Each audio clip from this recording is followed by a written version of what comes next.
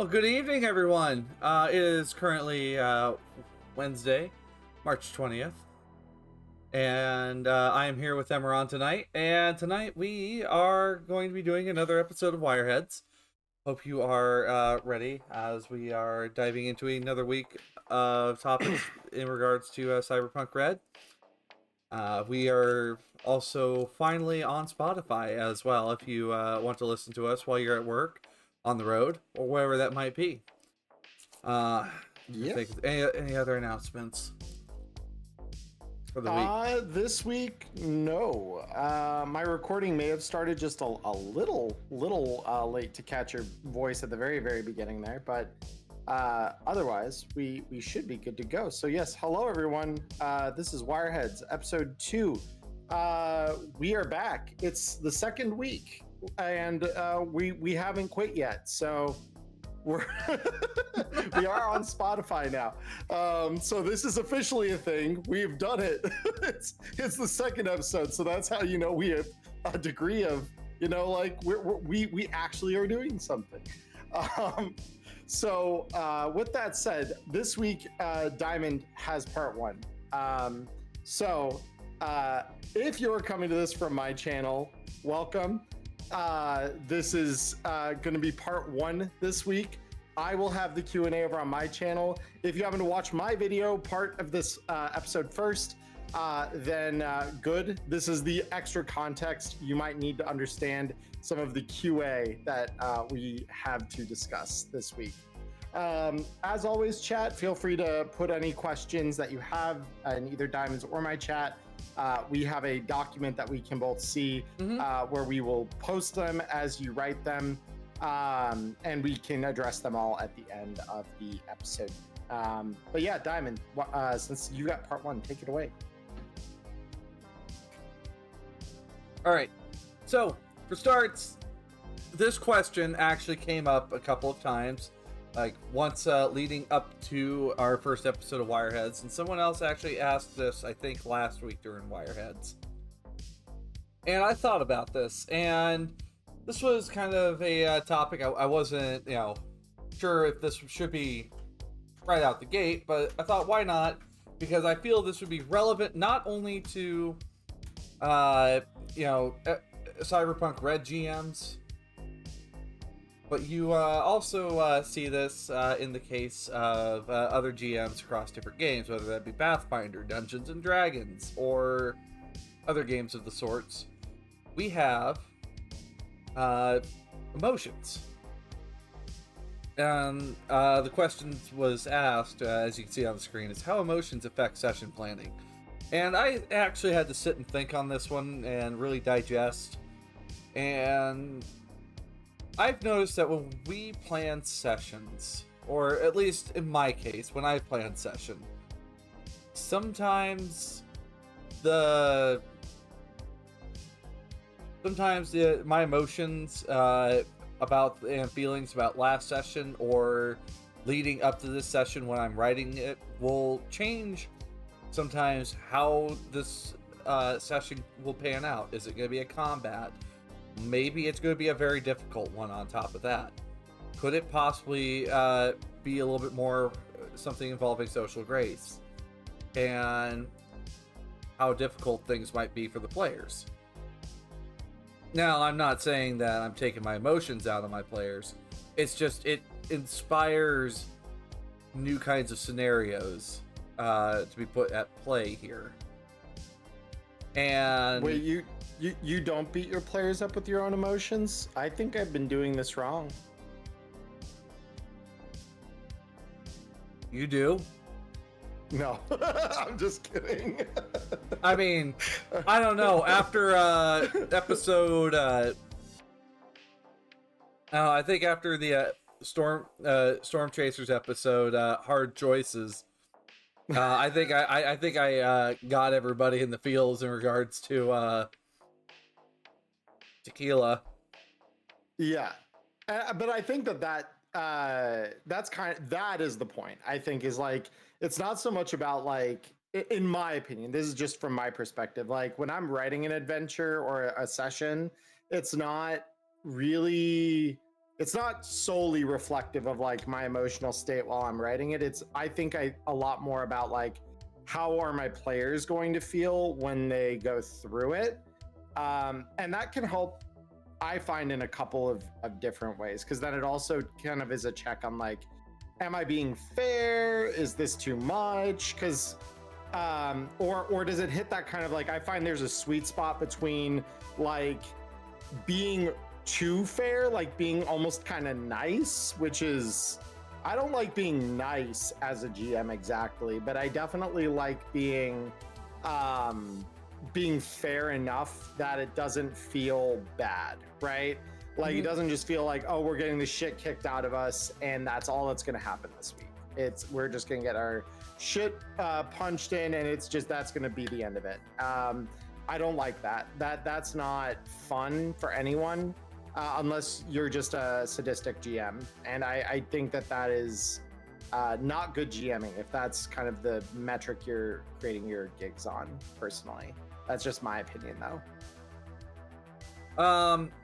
I suppose I've seen this kind of across the table where, for me, like my emotional state, like currently when I sit down to write a gig,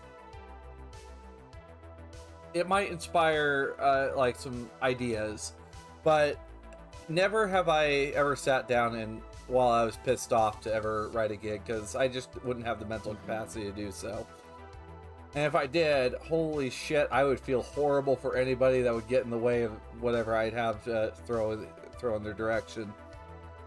Yeah, I think like that's where like a little bit of self-editing, like if you know, oh, I might have been emotionally compromised when I wrote that, you go back, you read through it later, and you're like, ooh, I way overtuned that, or I wasn't fair enough there, whatever. Yeah, because I haven't done that often, but there have definitely been times where I have to like check myself and regulate so that I don't do that.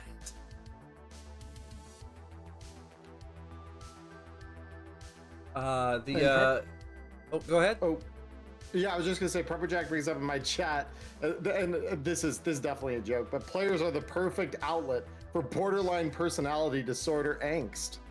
Yeah, I don't know if I want to even jokingly agree with that, but you phrase a good point. Hi, Nyla, I see you over there. Nyla be chilling. But I suppose some of the other things that I like when I look at emotions, something that I've always looked for, and I suppose this is part of the reason why I'm starting to gravitate towards Blade Runner a little bit, is I as much as it is painful to have existential crises, there is something about watching characters have an existential crisis and watching the players have a little bit of an existential crisis, and then, you know, have to make some really hard choices. That just, it feels good.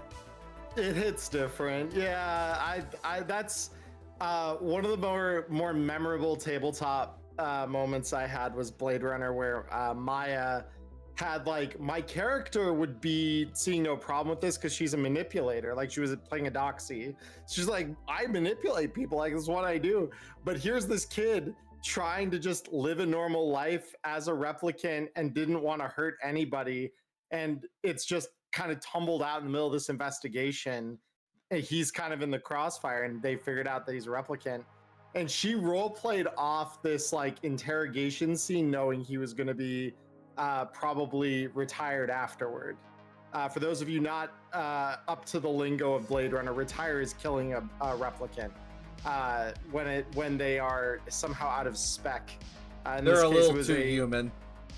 Yeah, they're a little too human, or they're like a Nexus 8, which is in the RPG is the ones where no one knows because there's no registry of Nexus 8s unless that's been reconstructed after the blackout. So this kid was a Nexus 8, and Maya was like, man, I know that, you know, this is like the replicants are minority coded, and it feels really fucking wrong being the person to like go in and do this, but she did it anyway, but it was this whole thing, and I was like, Yeah, you don't see that unless you've got a really really well written Cyberpunk gig, because I think it doesn't like naturally pull that out. The setting isn't quite as angsty as Blade Runner's. Blade Runner has that in droves. But there are times when it does come out. Oh yes. Completely agree. I suppose today, for an emotion that I decided to really fuck around with, was anxiety. So nothing a couple of bullets can't fix. Well, of course, but like, you know, leaving Emmerron hanging on, you know, you have a nice house, just to find that, you know, what was just a little problem turned out to be a much bigger problem, and you still have not pulled the roots out on that weed, and it just seems to keep spiraling downwards, and it's gotten a lot bigger than you wanted it to be. That's okay. I'll get it eventually. Nothing a little roundup can't fix, and by roundup I mean actual rounds from a gun into the right people. We'll get there. No, it's that it is an interesting thing though. Yeah, when you leave someone on the hook, anxiety is not like the only emotion you could do that with, but it's the shock or like you drop the reveal, right? The curtain is lifted only to be replaced seconds later, and you're like, and that's session for the week, guys. Yeah, and everyone around the table is looking at you like, you fucking knew what you were monster. doing. Why would you do that to me? I love doing that. That's when I can pull that off well. It's one of the best feelings as a GM. I suppose one of the other things, like with hard choices, like that was the first time I ever touched on, like with Team Storm Chaser, they tend to be my group of boosted out edge runners that probably are running on synth coke smashed in a dream. Mm-hmm. Well, most of them are, or a couple of them are anyway. But when I look at that group, see, they're usually running high, running hot, all laughs. But as soon as I hit them with the fact that it's just like, it's either you live with that and you basically become a potato, or you and this is in regards to the situation with Trudy, for anybody that may have been following Storm Chaser, where Tequila finally finds Trudy's body that she's connected to yet, even though Trudy's been riding around shotgunning Tequila's head. And the doc that's been maintaining the body has basically put it, you know, either you destroy that body and she'll get out of your head, so that way you don't, you know, waste away, or you stay there. You guys continue the way you are, and you just, you know, become that nothing.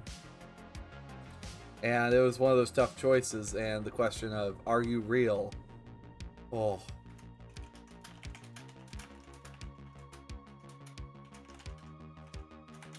Yeah, sorry. So Prepper Jack just subscribed with a tier 3. Thank you so much, Prepper Jack. That is incredibly nice of you. Thank you. Yeah, and I'm like, I think one of my proudest moments for it, in the games I've streamed at least, was Neon Inferno last season. There's a moment where Ghost's character Wei, he had a fiance by the name of Yuria, and because the Nomad clan that they were part of was very barbaric, you could almost say. Like they're marauders. They come in, they burn a place down, they go on to the next place. Their contracts, we describe them pretty much as like they're Raff and Shiv of the high seas, as far as like sea nomad packs go. Pirates. So Yeah, so pirates, but they will take contracts on land if you need mercenaries for something. And because of some of the events of Neon Inferno season 1, again, for those of you who haven't watched it, I won't spoil much, but basically there was a point in the story where a corporation hires his old pack to come after the crew, and not knowing that he's in Night City as well. And his fiance, who he hasn't seen in years, suddenly is the one trying to kill him, like coming in quietly through his window trying to kill him. And like that's where I cut the scene at the end of one of the episodes, and he just at the after, like, because we always have like a little break before we cut into the after show, and he's like, what the hell did you just do? Why is she here? And I'm like, she's here to kill you. But then it's like, yeah, you have to like suddenly deal with that like emotional load, and it's like suddenly you go through the roof with your emotions, because all of a sudden that's like you're being confronted with this thing, which is, again, we talked a little bit about it last week as part of the wider discussion around the system. But I think that this is where life path really starts coming into the discussion pretty heavily, in terms of like what is the use and utility of a life path. And I think injecting the emotion into the game as a whole is like, it plays a huge role in helping the GM do that effectively. Just because you've got all these places and people and things that like a player and their character might care about, right? Even if they may not, as a player, start caring about those things, the fact it's on their sheet, you almost can help them care about it because it's connected to them. Oh gosh, what is it? What's the other thought I was having here in regards to... Okay, one of the other things with emotion that I was thinking about was there is this try to think what it is.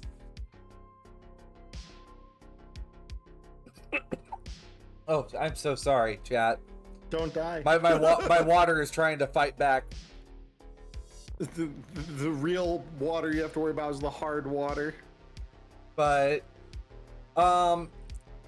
there was a session, and I'm trying to... Yes, all right. So this took place with Team Exotic, and this was the previous campaign. Unfortunately, I never saved it, but this was with Scarlet, Razor, Bold Cup of Joe, Sasha, and Raven. And I guess one of the best emotions, and I can't seem to put my finger on what that emotion is called, but when they really have that first look of how fucked up the cyberpunk world is. I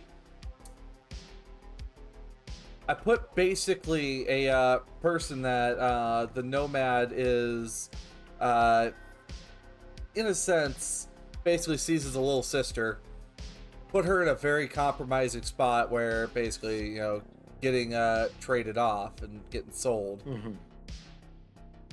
And it left it kind of left everyone with just like, how fucked up does this get kind of feeling. Yeah, Nyla suggests the word epiphany, and I would say, I mean, dose of reality a little bit. It's a reality check of like, oh yeah, everyone's having fun until someone loses a fucking hand, and then it's like, this game happens very fast. Suddenly your hands, 1 minute it's there, the next, oh, there it goes. 2 6s, that's all it took. Oh yeah. Well, that also happened when I took Scarlett's arm for the first time. Like for the first time. Yeah, well, the thing is I have taken, let's see, I've taken both of Scar's arm. Did I shoot both of them off? Or did I think I knocked the same cyber, like the arm and then the cyber arm off. I mean, that'll work. That's insane though. Holy shit. I mean, what are the odds? Yeah, I mean, my character in the real life game I play with my friends, session 1, because I had originally designed him to have one cyber arm and one meat arm to, like, because the cyber arm I needed for tools and stuff because he's a med tech. So it's like, okay, that works. First gig, a grenade goes off and it blows off the other arm. And I'm like, cool. I did the rest of the gig with just one arm. So it happens. But when you find what makes the players feel, what really hits them in places where it hurts, what really gives them that, like, some form of excitement or something that they're passionate about, I've noticed that it improves session tenfold. And it also promotes player engagement in a big way, I think. And also, Raiders, I do acknowledge your presence. We're just in podcasts at the moment. Yes. Hello, Diamond Raiders. One of the other... Oh, what is it? When we are writing session, there was a day that I was not doing well. I was sick. And I noticed that sometimes when you write sessions, it's sometimes a reflection of how you're feeling. And I'm trying to remember which gig it was that I had written that. Oh yeah, it was Dirty Docs. And yeah, I just thought, laying there sick, just like how much worse could this head cold be, and I was out, and I wrote a session that it left like some of these players were new to Cyberpunk. Like this was a StartPlaying gig. Oh shit! And one was just like, "Yeah, I'm a media." It's like, "Oh yeah, there's this big scoop for you about stuff going missing." I haven't seen that player since that session. I feel so bad, but like I put the content warnings on there. Now I look for some of that reality check. I look for some of that shock, a little bit of that horror. Yeah, and I'll say that can be, because I know, and again, we plan on discussing this particular topic more deeply in a future episode. Talking about why do we play such a dark game, and I find that this is kind of antithetical to the point of like, why would we play it? It's why some people don't play it is because they aren't ready or willing to deal with topics that are dark and potentially a little disturbing. And I find that the best sessions that I personally have had deal in some darkness. They aren't the happy sessions. They're the ones where you're grappling with some shit. Like you as a player are thinking in line with your character. It's not just like I'm playing as my character and behaving as my character like a role player would. It's no, I'm in my player, or I the player am in my character's shoes right now emotionally, and I'm grappling with the very same things that they are. I will say there's nothing more immersive, but that not everyone is looking for that kind of immersion. And if that is a reason why you don't play this game, that is totally fair. I've definitely dealt with players at my table that, like, when I tell them about the game and I share with them, like, this is what goes on or could go on potentially, it causes them to think twice about it, or they have to kind of consider like deeply, like, what content don't I want to interact with when I present my content warnings? Because it's like this is everything that could happen, doesn't mean it has to, and it certainly is something that I take into consideration when you are informing me, like, I don't want to deal with these subjects. Like, then we don't deal with those subjects, but I need to know, like, because it can be very dark. I suppose, like, something that both you and I can relate on, but maybe from different sides of the wire. was the ending, because both of us had very tragic endings to Reaping the Reaper when we both have done that mission. You've talked about, Virgil's friend dying in his arms. Like Virgil had saved lives every time except that one time. And then for Dia, one of her common phrases was "one more round." And while she got one more round, she killed the Reaper, but it cost her entire party. Right. Well, it's so funny that was Dia's phrase, because that was our netrunner that died. That was one of the things he would say, or something very similar to it, which was, we just got to do this one more job and then we're free. One more job and then we're done. And it's like, no, one more job. And then and because the thing he was saying it about at the time was one more job and then Virgil can get his head straight. He can get some therapy, he can get his head figured out. And lo and behold, the job was the thing that very nearly broke him. So it was like, and me, the player, I had to deal with role playing what that looks like. So it's like only natural that you'd feel that, especially when you trust. I think that there's also a level of trust you have to have with the other players at your table too, that you can be that emotionally vulnerable. Because even though we might want to try to coax that out of our players as GMs, there is definitely a large component of that is player dependent. Like the player needs to feel comfortable expressing themselves, that they won't be like mocked, or that players won't think that it's like cringe or whatever. Like, and I have always said, like tables, like especially in games like Cyberpunk, to me they are a safe space. They are a sheltered space. Yeah, we don't, whatever happens at a table, like we tell the stories about it after, sure, but while we're there in the moment, we do not mock each other for the way that things are happening. We do not, deride how one person is emotionally experiencing something, even if it may differ from the way that another one of us might experience it, as long as they're not being like overtly disruptive with the intent to do so. That is like, I let it ride, like that's pretty much my policy at my table. And at Diamond, I know like at yours, it's pretty much the same from my experience and from what I've seen of your GM work, even before I was part of your table. You very much are in line with the way I do things there. Fishy over here brings up a really good point. Balance can also be a big factor. The flow between those heavy moments followed by something brighter or warmer, giving them a chance to recoup before the darkness swells up again.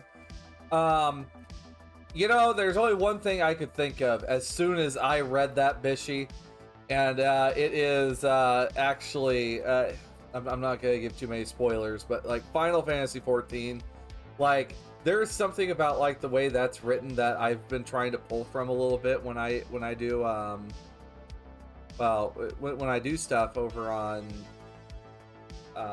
stream, because like the emotional roller coaster that it is, it's just like I'm trying to find a way to grasp it, and I'm still learning, but I have found that there's like highs and lows for each matter, and one of those big highs that I've had before, when I was GMing at a table, was the guy that at long last, one of my Pathfinder parties that I had been GMing for, after a 2-year campaign, finally got to a point where they finally did it. They took out the big bad guy that had been taunting them from a distance, just out of reach all the time. And it felt really, really good for them. But leading up to it, it was tragedy after tragedy after tragedy. So sometimes, like, it can't just, be good, bad, good, bad. Sometimes it's got to be, you are crawling through the shit until you finally reach that chunk of gold. Yep. Well, and I think that even like Cyberpunk 2077 does a really good job of like illustrating that element of things too, because like I mean, a whole lot of like the game, when you look at like just V's journey, right? And how they slowly are losing themselves. I mean, like not just their mind, but their body like is withering away on them. And so it's, I think that there's something like you don't get to feel that emotional payoff unless you've crawled through the shit for a while, right? Like you need to have those times where like your party is a dragnet through the muck until they come out on the other end of it, and then you're like, yeah, we tackled that, we won, right? That victory feels so much sweeter. And I think it's like, again, it's very group dependent when you can kind of like work with that. But I think if number one, like your party trusts you as a GM to like do the right thing, and you as a GM have cultivated that safe space with your party to feel openly, you don't get those really like the negative sentiments. I find are typically not pointed at the people that are at the table. They are held within the game. The game becomes its own kind of like bubble, right? So even if bad things are happening in the bubble, they don't really leak out into that space because you've really done a good job of like cultivating the safety of your players, cultivating those different tools so that like the conversations you have are always centered around like, let's decompress, let's talk about things. And you might have like minor victories in the middle there where it's like you win a little bit, but you don't get that real big payoff win until like 3 sessions deep or whatever. And that's okay. I think that that's a honestly very earned then when you get that win. Like my group in real life is going through that right now. And Demon, I thank you for the follow. I appreciate it. We are in a podcast right now, so if I don't respond to chats and things like that, guys, just be aware that that is why. But absolutely, again, a reminder to everyone in both our chats, please feel free to ask questions. I've already got one that we will be answering at the end of the show, but we will keep putting those in our QA doc. So I have that running on my other screen right now. But yeah, that's where I think like you have to cultivate safe spaces and things like that in order to really like make the you're getting hit by thing after thing after thing after thing, make that work out so that your players don't feel attacked, right? Without the safe space, they will feel like you're beating them up for something.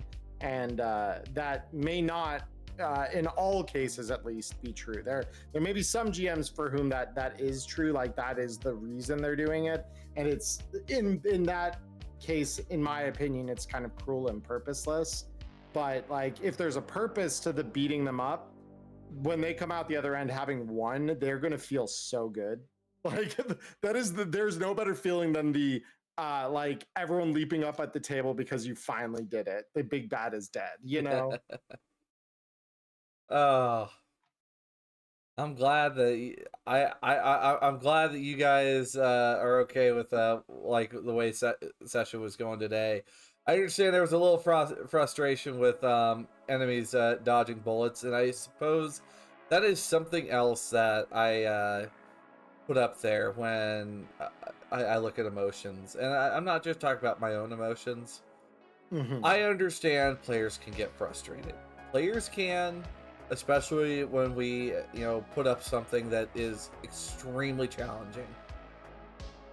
And there was probably some concern and frustration to a certain someone that was able to dodge your bullets and dodge them quite well.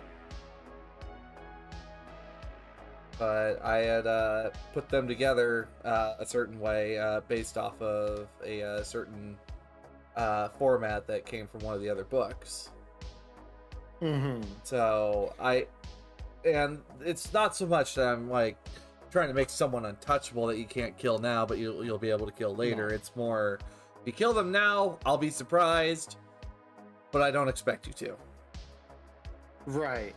And I mean, I think that every so often having an enemy that is truly hard to kill, because they can dodge bullets, they've got armor, they've got, you know, like everything going in their favor.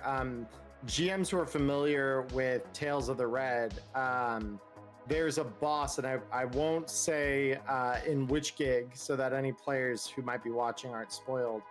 But there's a certain Ruthven, and I know Diamond, you'll know the one I'm talking about. And when my party, that was our first gig, the one that he appears in was our first gig in a new campaign. And to be fair, most of us had all played before. So like we were seasoned players playing new characters in a new campaign. And this is where Virgil lost his arm, was in that same gig.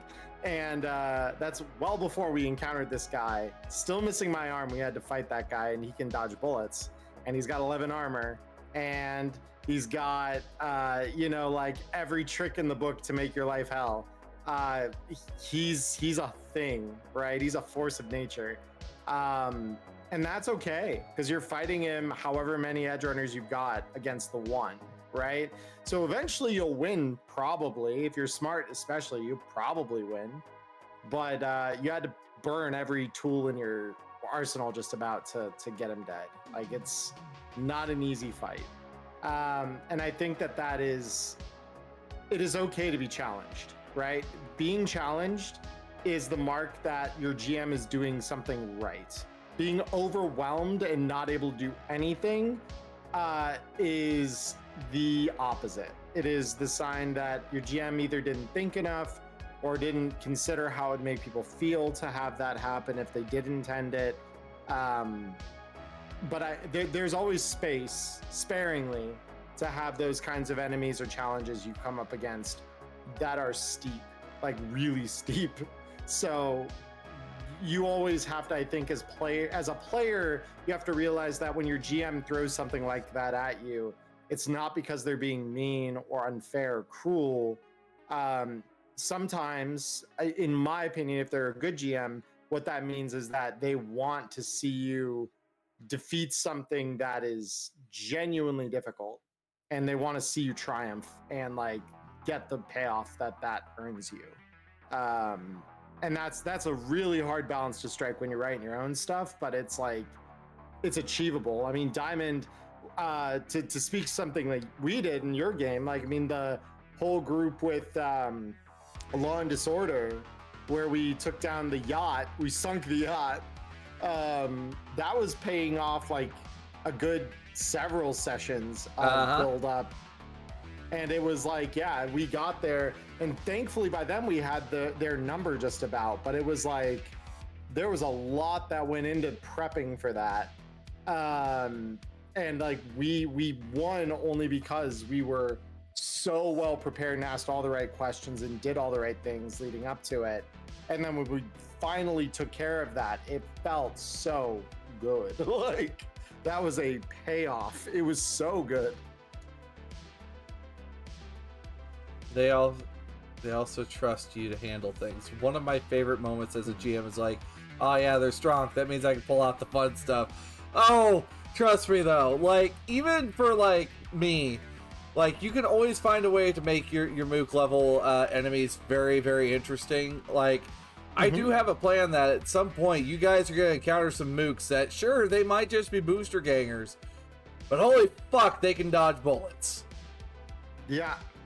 Hardened enemies in general, like, they add a whole different kind of spice when we talk about like emotion and stuff like that. Because all of a sudden, yeah, you look down at these things that you're seeing, and like, or the people you're seeing in front of you, you might just think of them as things. Like, that was Larry's whole reaction tonight to seeing, like, wow, I'm coming with an offer you can't refuse. Bet, watch me, bang, bang, bang, bang. You died. Good, congratulations. Couldn't even fucking stick you with a fucking bullet. Holy shit. No, because Larry's prepared for that shit. Boosters don't give him trouble. That's the thing. Like, he deals in those spaces. He's good at dealing with them one way or another, right?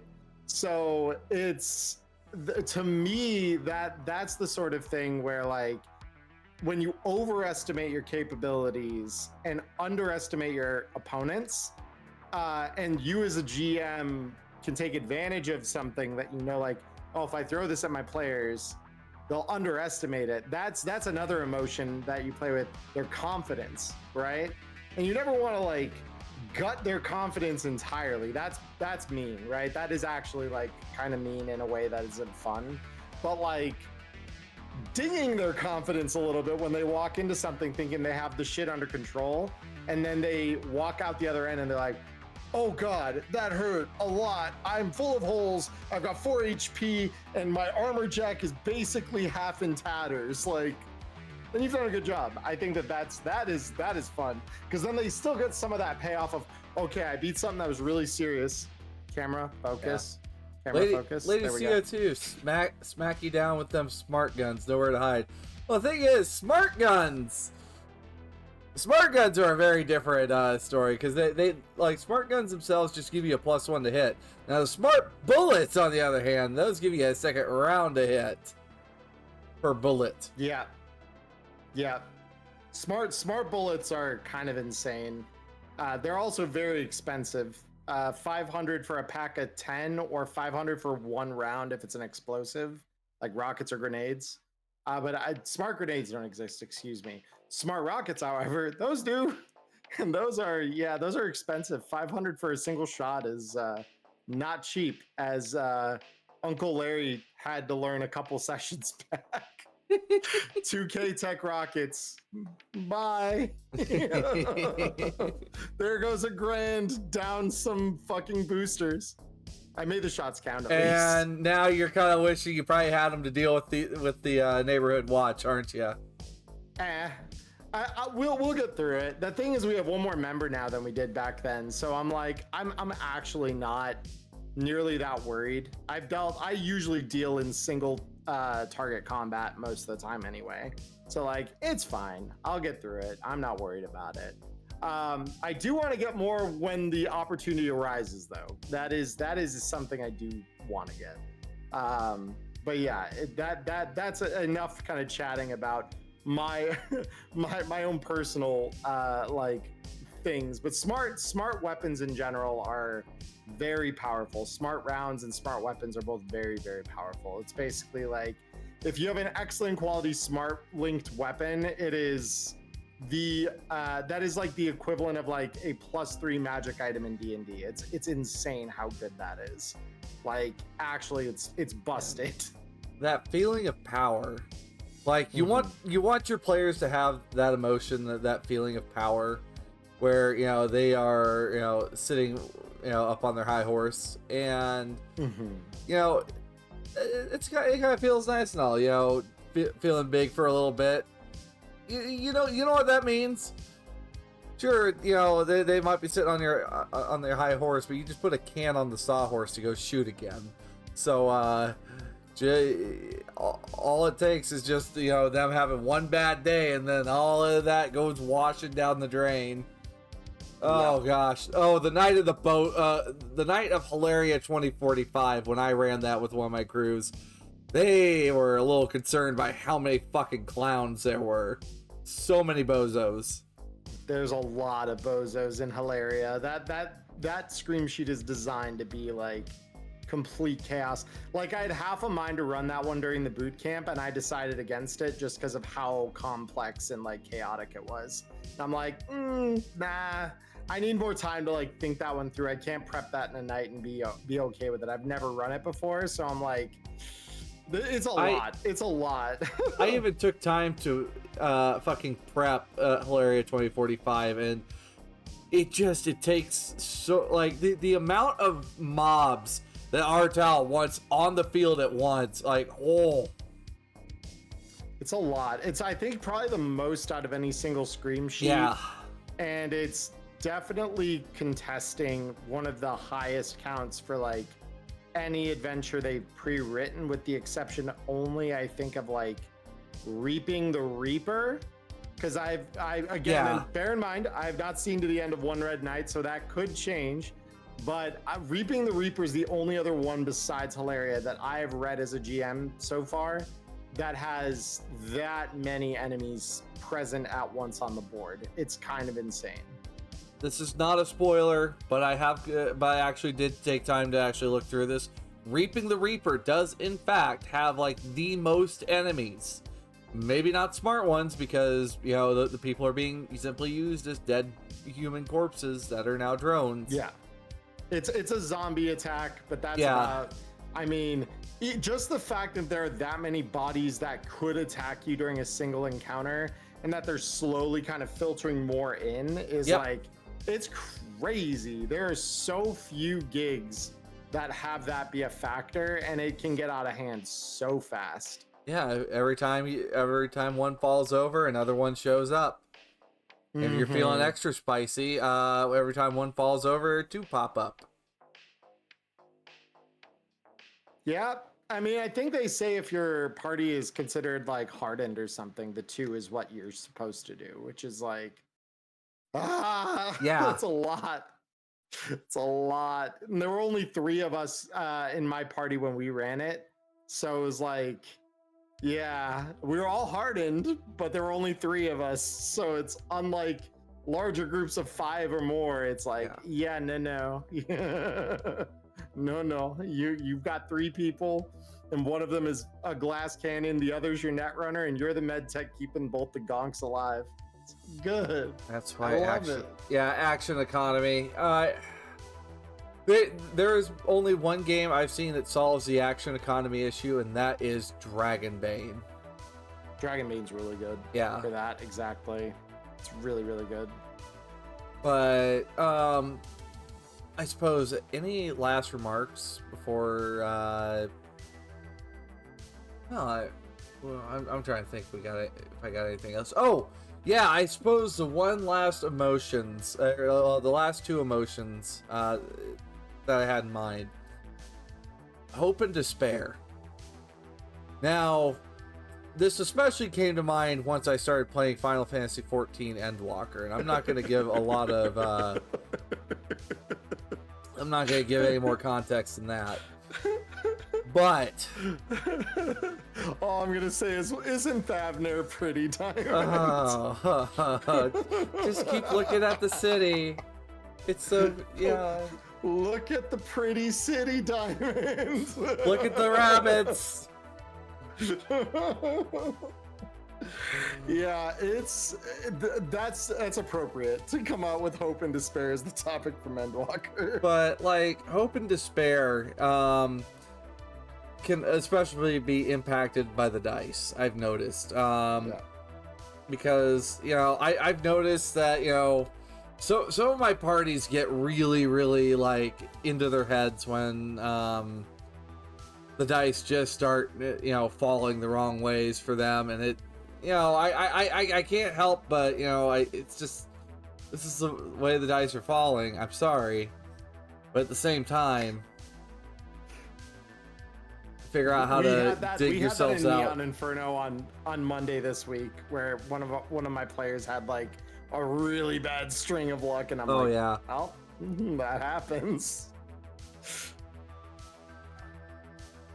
But yeah, it is. It's like if you start getting a chain of 1s, it sucks. Like crit fail, crit fail, crit fail. It's like, or even if it's like crit fail, roll really low on something that you know you need to roll higher on, and it's like the feeling's almost worse, honestly, because at least when it's a 1, it's like, okay, like, well, the 1 means I fail more or less. Like it's a more or less a guarantee I'm gonna fail this unless my stat base is incredibly high for whatever it is I'm attempting.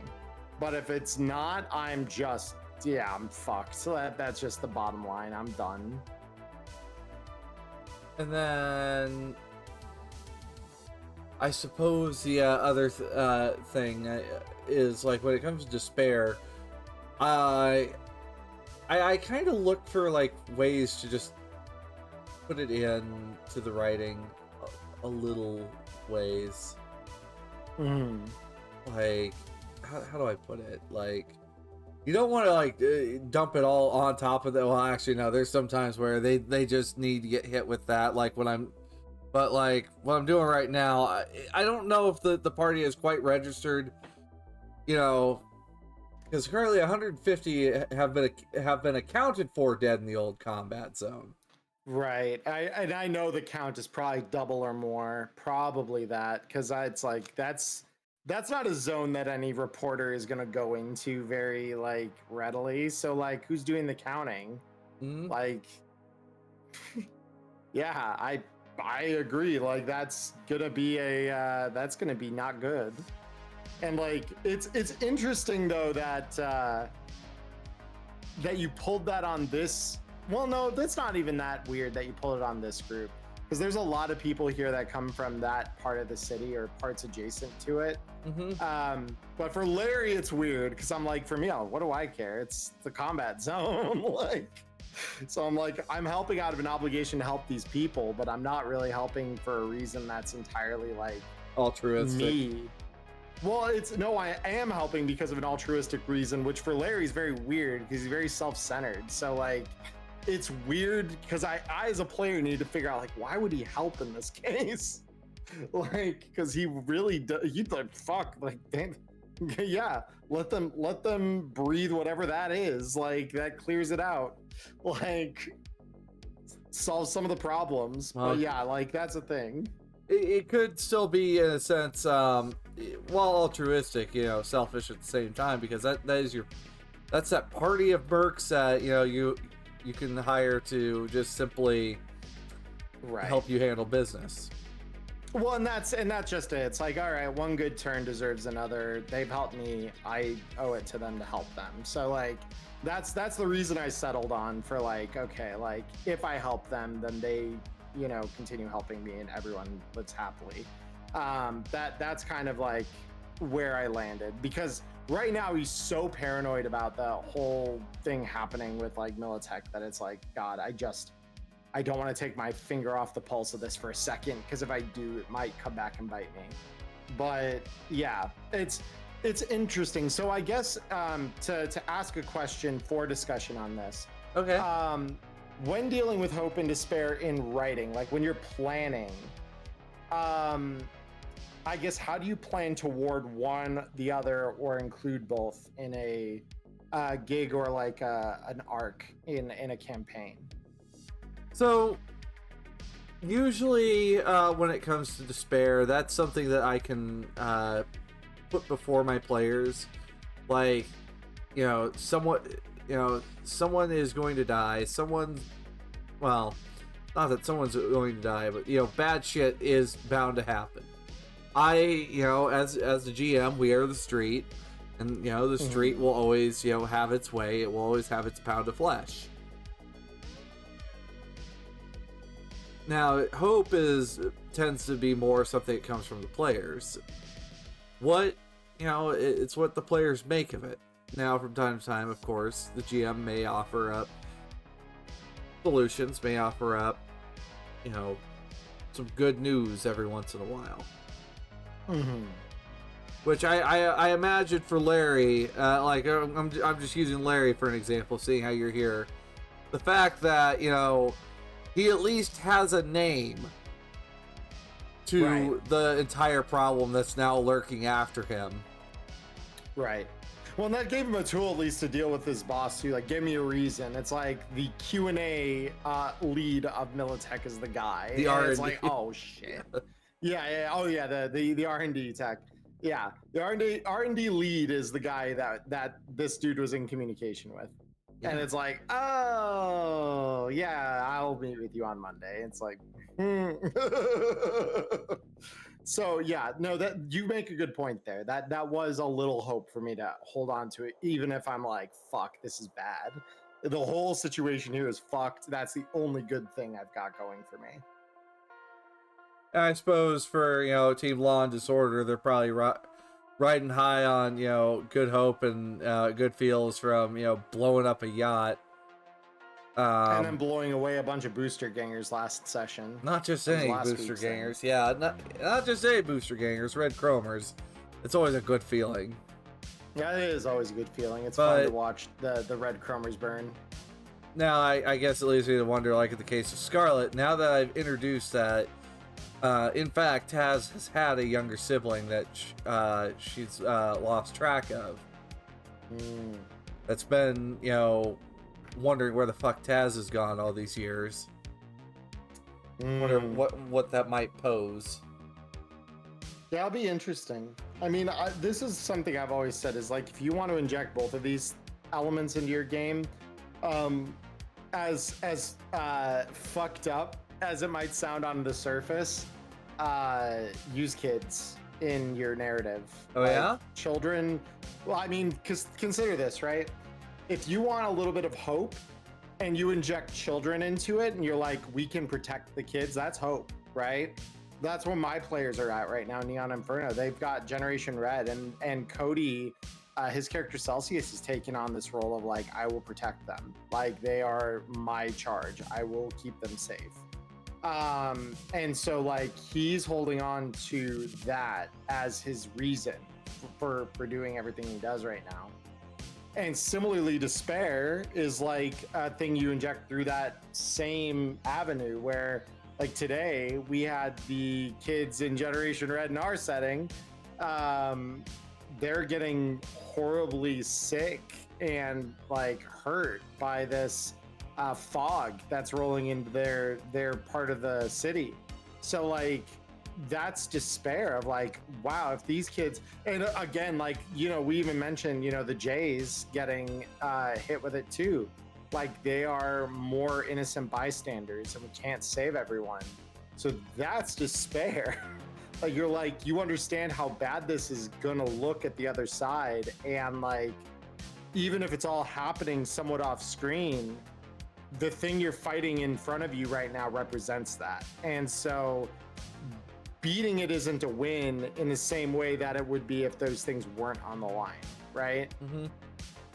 It means something deeper. That's what I mean by like the fact that children are somewhere in the mix of all of that can lean either way. It can lean to hope or despair. And that's actually something we can talk a little more about in my topic for this week, because I've got some examples I can pull out of how I use that. But yeah. Which we are coming up on that 1 hour mark. If we do want to segue over, it might be that time. All right, guys. So for anyone who is listening over on Diamond's YouTube channel, being that we're coming to the end of her part 2 in the Q&A this week is over on my channel, over on Emmerron. So if you're looking for that, go there. I know I linked to Diamond's part 2 in mine last week. I imagine she'll do the same for this one. So look down in the description or go to the playlist. It's there as well. But with that said, we will now go over there. So I hope to see you all there.